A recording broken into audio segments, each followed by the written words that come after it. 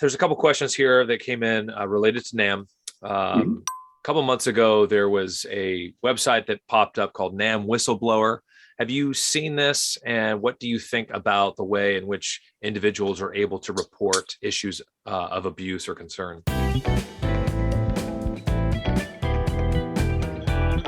I've gotten an email that referred to it, but I don't think I've ever been on that site, so I don't know a lot about it.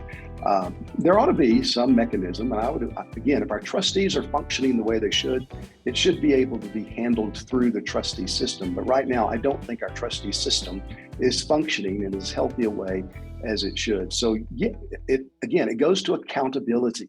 There needs to be accountability, and maybe that we have some options on how to structure that, but it needs to be done. Okay. No, thank you. NAMB, there's a current lawsuit going on between NAMB, North American Mission Board, and Will McRaney, especially NAMB.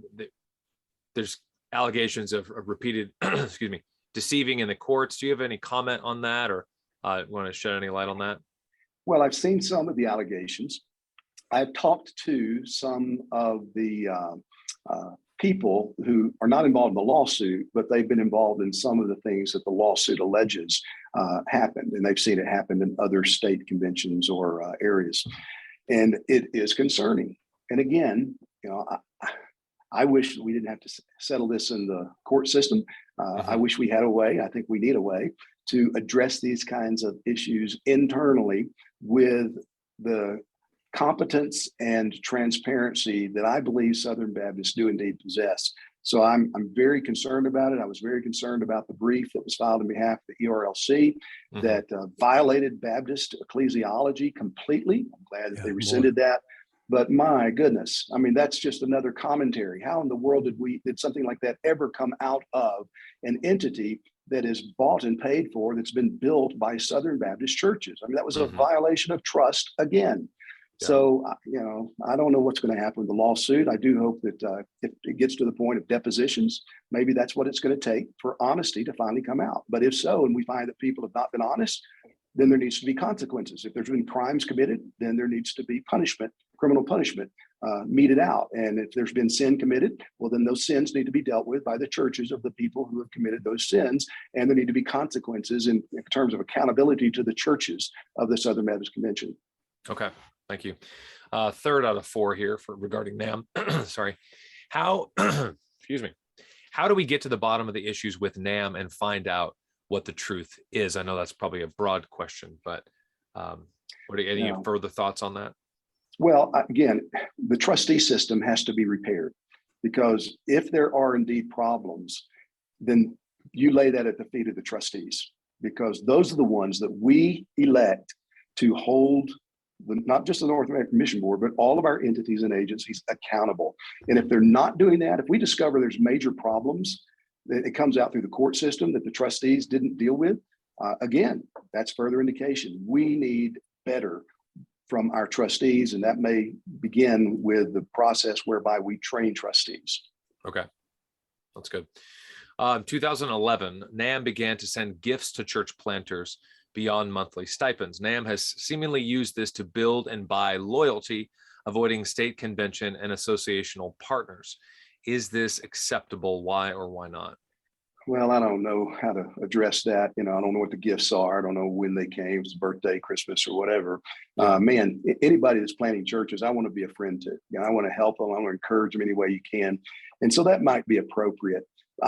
What I don't think is appropriate is the undermining of the relationship between the North American Mission Board and between the church planters and their associations and state conventions. I mean, that needs to be a symbiotic relationship, and NAMB ought to facilitate.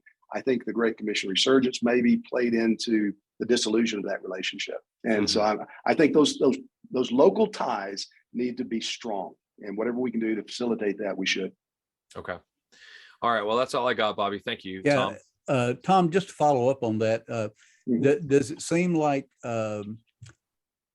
at least in practice, the implementation of what has happened since the Great Commission resurgence was passed, I believe it was 2010, does it appear that we've started trying to flip-flop our approach to our church polity is in trying to nationalize things, because now, it's like North American Mission Board is the one responsible for planting. Now, the reality is they have spent two and a half times, maybe more now in church planting than they were before, and we're still getting about half the number of churches on that. So, some of those kind of things are quite a concern, obviously. How do you think some of that can possibly be remedied to bridge those relationships? Because the way it seems like it's moved now, and you've probably heard, I've heard some state execs talk about the North American Mission Board coming in and sending, $1,000, $1,500 checks to all the church planters in the area, and the state convention doesn't know anything about it, hosting them for some kind of a getaway, which again is good to affirm your church planters, but totally leaving the local association and the state convention totally out of the loop. And I like the word you use, symbiotic. Working together, there's a synergy there, and it seems like that synergy has dissipated now. Yeah, well, it seems that way to me too. And again, I don't know details, and I'm sure there are exceptional situations in various places, but I'm a big believer that the people who have boots on the ground are the ones that ought to be making the decisions. And we ought to do whatever we can to listen to them, to be close to them, to facilitate them. We don't want somebody in Atlanta making church planning decisions about what's going on in Simi Valley, California. We ought to be trusting the people out there who live there, who are going to be there long after the church is planted and developed. So the Great Commission resurgence, I don't know. It's the fact that the committee's deliberations have been sealed and can't be opened, I think, till 2025. That's a problem, I think. I don't know. I don't understand that. I mean, again, transparency, trust, whatever is being done to undermine trust among Southern Baptist churches and the entities and agencies that those churches own is a bad thing, and it needs to be addressed. And it just seems like we've developed a culture over the last several years where it's, you people be quiet, don't ask your questions. If you ask your questions, then we're going to just kind of deal with it in a way that pushes you off to the side, and we're going to keep doing what we do. We're the professionals. And I don't think we can live like that any longer. I think that we are reaching a critical mass of churches that are saying, you know what, we're not going to put up with this anymore. We need accountability. And I want the churches to show up. And that's why you got to go to a business meeting 2 days a year. You just have to show up in order to begin the change that is desperately needed right now in the SBC. So I've not seen it. Didn't know about that. I think that there needs to be a way for people to report issues of concern. I think the best way for people to report issues of concern is for us to do better training of our trustees that govern our entities. Those are the folks who can actually hear about matters of concern and take action. The internet will have trouble doing much anything, really. But there needs to be, as a part of trustee training, there needs to be training of trustees to know how to interact with employees and constituents of the entities. A perfect example that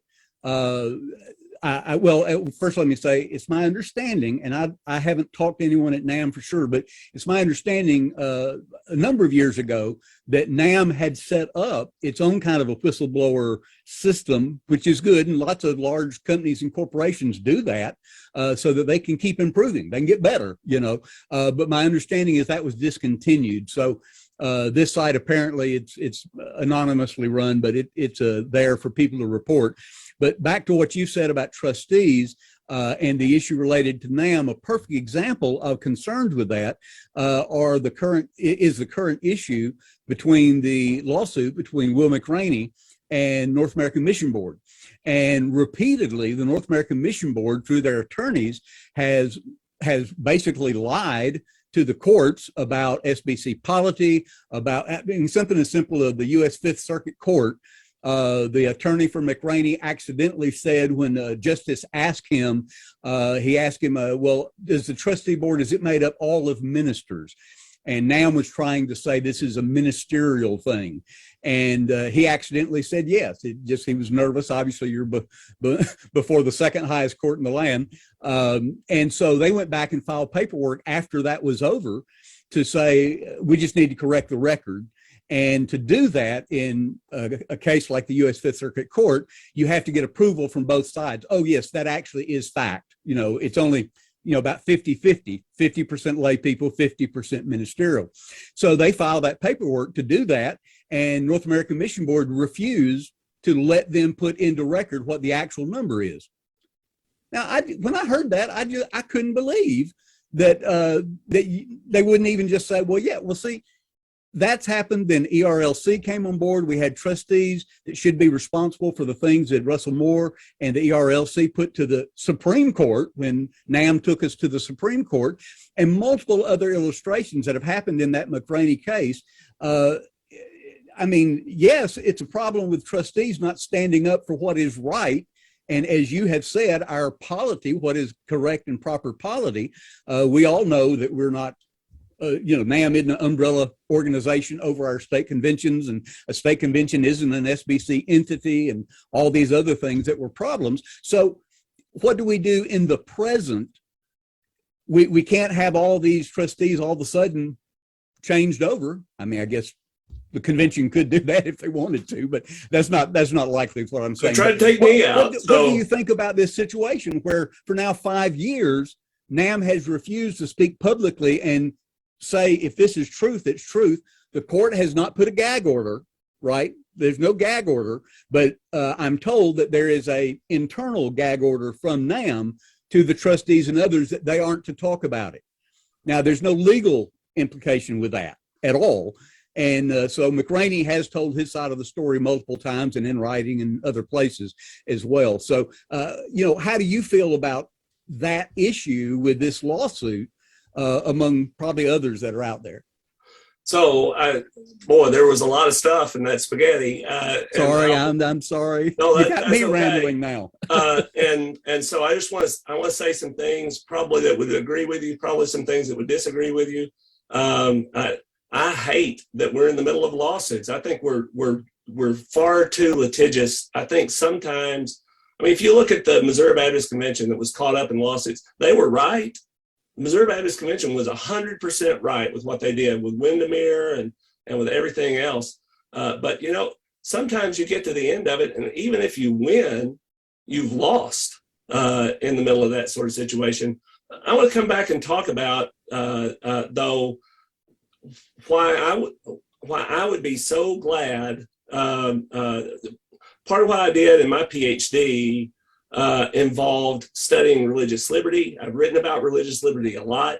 And I'm so glad that NAMB didn't agree to change what was said about ministers because of a case named Hosanna Tabor.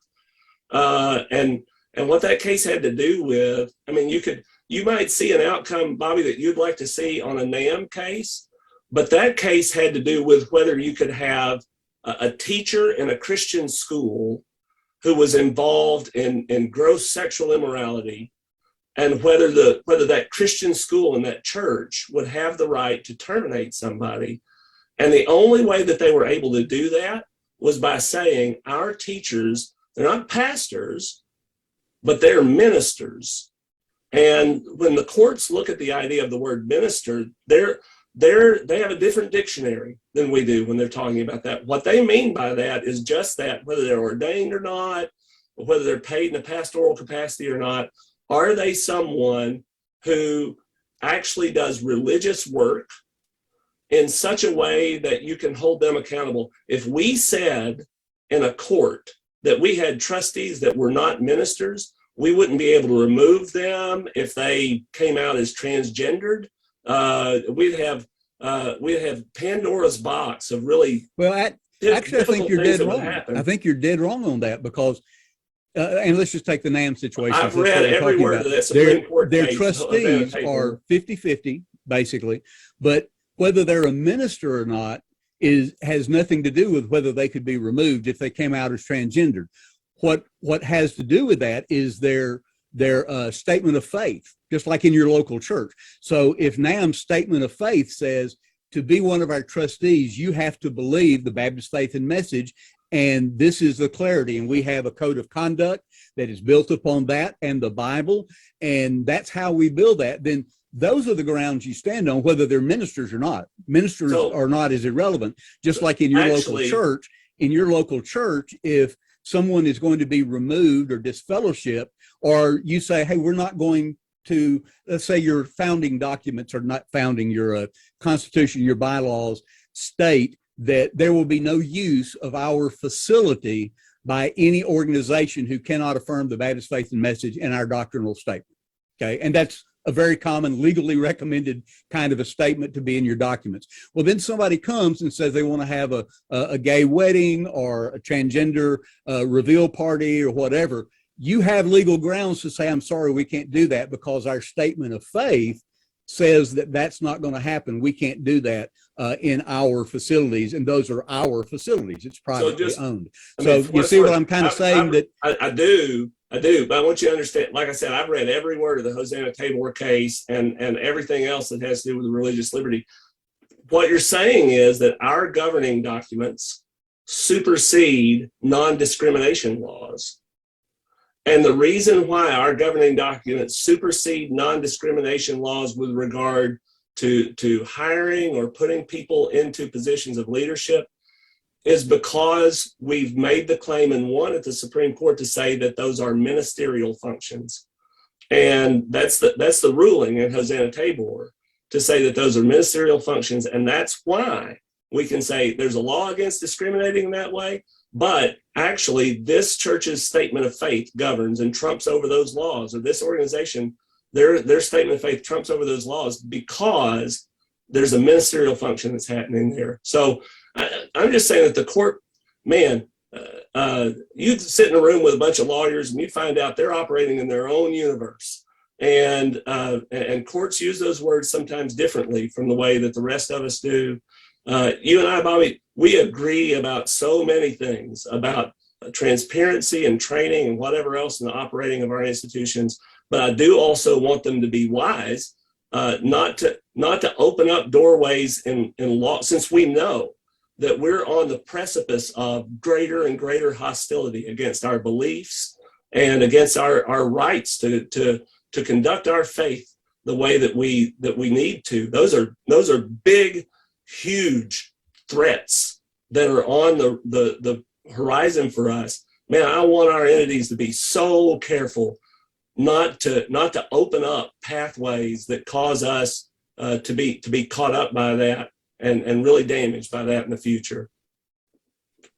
Well, I think that's a caution that our folks that are listening to hear you explain that, they're going to have to decide how much they agree or disagree. But I do concur that when you're looking at religious liberty, we'll get all up in arms about something about some other group, a Muslim group or some other group, but we don't understand that if we don't defend their right to do that in a free country, then we won't have the right to do that. Yes, either. sir. And yeah, it's very broad in understanding that. The ERLC statement at court was wrong and bad. And exactly. I'm glad they retracted that. And I didn't get around to saying that. I need to say that. Even they said it was bad, said it was a mistake. Yeah, eventually, yeah. No, I've not seen it. Okay. Do you think that ought to be something where there is a way for individuals to be able to report issues of concern to our entities? Well, when I was an Air Force officer, my last year and a half, I was in Las Vegas. And so one of my duties was I was the inspector general for my 400-man squadron. And so the military has this whereby there's an officer that's in charge of reporting the complaints either to the commander, who's usually a colonel, or the base or wing commander, who's usually a general. As you might expect, people are a little bit suspect that a captain like myself could actually convince a colonel or a general that their complaint was justified. I think that something like this would be better inside the organization. I don't know. I don't think the IMB has anything like that. And I don't know that any of our entities do. I do know, though, that Jerry Rankin, when I was one of his regional directors, that he had an open door policy, and anybody in the organization could go in. And his open door policy was really real. You know, some people have an open door policy, but they really don't.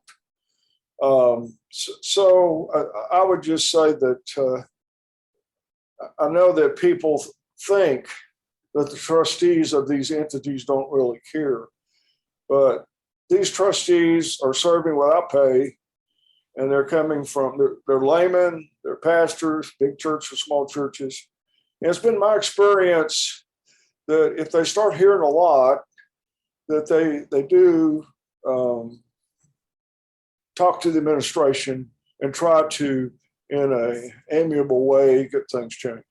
If something like that were to be done, set up through the executive committee for all the entities, or each entity, well, like corporations, you know, big corporations do the same thing with an independent agency that runs it, but it's all, the reports go inside. So something like that you might be supportive of if they had something of that sort. Am I hearing you right?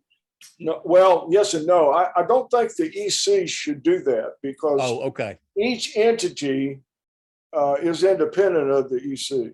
Well, and actually, yeah, you're probably right, because the EC's mission and their obligations are a little bit different than that. That's why the trustees are there and that kind of thing. Right. I got you. Right. Well, that's a perfect transition kind of into the direction I wanted to go relative to trustees and they're responding to concerns and needs. And that is, I'd like to ask you to comment on the current lawsuit between the North American Mission Board and Will McRaney over the torturous interference.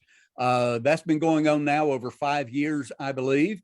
And there have been many appeals by both Will McRaney, according to his testimony and the written documents he's provided, and others on his behalf to the trustee board.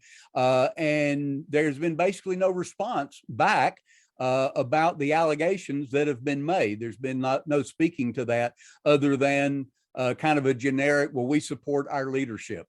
What can you tell us? What is your insight about this whole thing that's been going on now for 5 years for torturous interference with a state convention, or the individual who is the executive director of the state convention? Yeah, so here again, I didn't know much about it. So when I listened to the other two recordings, I Googled it and took a look. I'm not sure I still understand. Maybe you can explain what the egregious offense is from your perspective, then I'll respond to it.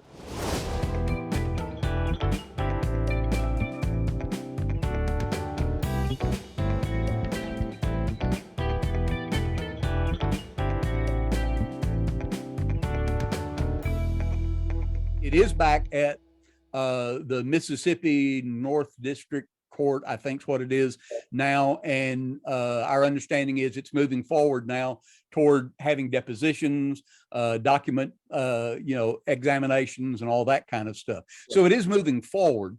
But I tell you what, since you're not very well versed on that, you may want to be versed. If you'd like to write something after you look at it more, we'll be glad to publish it in our group for folks to be able to look at it and see it a little bit more. Let me just ask you about what I just mentioned. A lot of people are really concerned that the ERLC made those statements, that the North American Mission Board made those kinds of statements, misleading statements to the highest court in the land.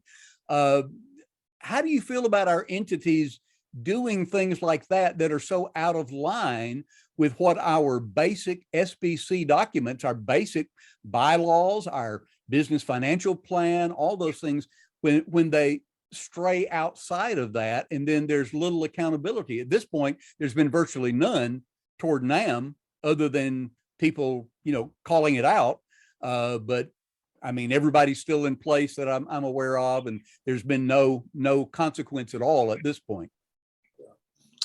Well, I would just say there's, a difference of opinion. I did read a couple of the articles about the argument on the separation of church and state and all of that. I think some would say that NAMB and the ERLC were acting in good faith. It's obvious that some other people think that they are not, but it is something for that entity to address. Now, people like you and others can call attention to it and pressure those trustees, and maybe they would see it your way, but I don't have enough information to say it was wrong. Okay, very good. Well, let's move on. At last June's annual meeting of the Southern Baptist Convention, both the NAMB president and the trustee chairman publicly responded to a messenger's request for salary structures. Yeah. Now, according to his testimony on the floor of the convention, he had tried to get this information multiple times privately, and he was told by the North American Mission Board, you're not getting anything else from us. If you want something more, you just need to go to the floor of the convention. So he did. And my understanding from a couple of weeks ago from that messenger, he has said that he has yet to be provided that information. Although Kevin Ezell did have a conversation with him, I'm told, I wasn't in the middle of it, but he had a conversation with him and told him that a third party had looked at what was being done and they had approved it. So he didn't need to worry about it anymore.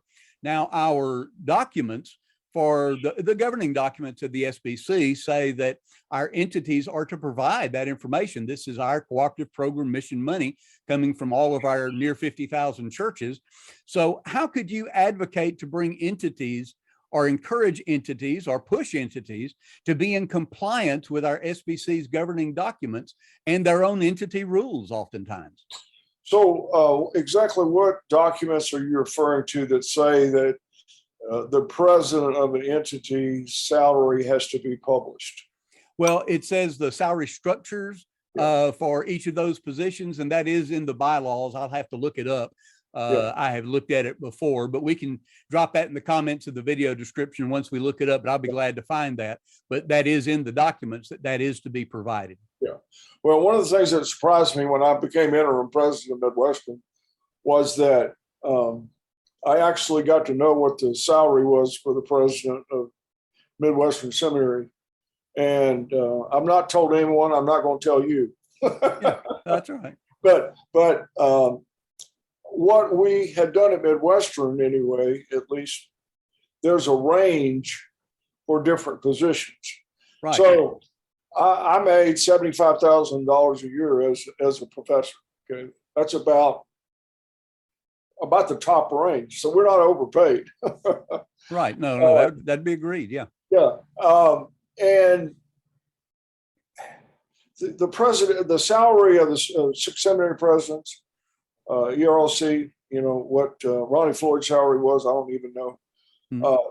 It is kind of sensitive because as a professor, certainly the president of Midwestern deserves many times more than I made because of all the headaches he has to put up with. Okay. And I think most people understand that, but what is requested is not, I need to know the exact dollar amount for every person, but what is the salary structure? In other words, what is the highest amount? What is the lowest amount? Where the variance is in there for the president, for the vice presidents, and so forth. And that's what's being retained. So, you know, the question is, how can you advocate that they do what basically our entity documents and our convention documents ask them to do? Yeah. So this all can be determined by hermeneutics. Some people would interpret the salary structure would be a range. Some want to know the exact dollar amount.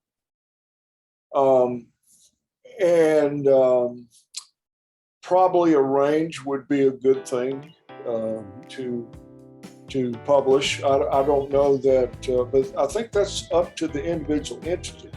I don't know that the EC or the SBC governing documents can tell one of our entities. Yeah, I'll send you the reference to that because it is in there.